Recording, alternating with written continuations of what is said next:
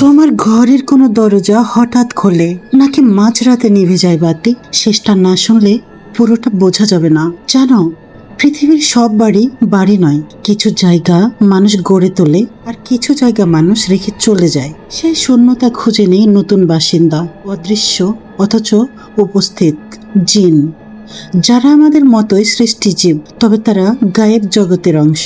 House is made of walls and beams, but home is made of fears and dreams. এই কথাটা যেন জিনদের ঘর নিয়েই লেখা। একটি বাড়িতে জিনের অবস্থানের কিছু নিঃশব্দ ইশারা থাকে। যদি তুমি মন দিয়ে লক্ষ্য করো, জিনিসপত্র নিচের মতো নড়ে উঠে টেবিলের উপর রাখা বই পড়ে যায়, অথচ বাতাস নেই।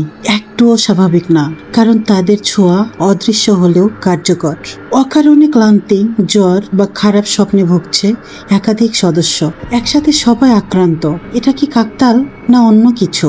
জানালা বন্ধ, অথচ পর্দা নড়ে ওঠে হঠাৎ।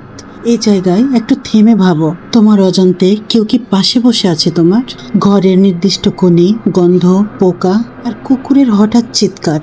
প্রাণীদের চোখে অনেক কিছু দেখা যায় যা আমাদের চোখে অদৃশ্য। শিশুরা হঠাৎ কাঁদে, শূন্যে তাকিয়ে থাকে, কারো সঙ্গে কথা বলে। তাদের কল্পনা নয়, হয়তো তারা দেখছে তুমি যাকে দেখছো না। নামাজ ও দোয়া বন্ধ হলেই ঘরে ভারী একটি অদ্ভুত পরিবেশ।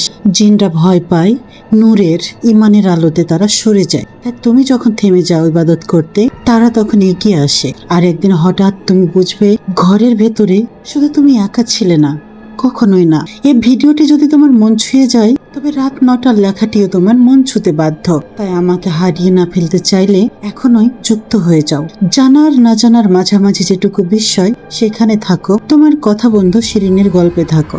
আর আজকের গল্পটি কারো জীবন বদলে দিতে পারে, এমনকি কখনো প্রয়োজন হতেই পারে তোমারও। তাই সেভ করে রাখো এবং শেয়ার করে রাখো প্রিয় আপনজন। প্রতিদিন একটা মাত্র গল্প, কিন্তু তার পেছনে থাকে আমার শত ঘন্টার পরিশ্রম। অন স্টোরি এরে বাট নেভার লেজিয়ন।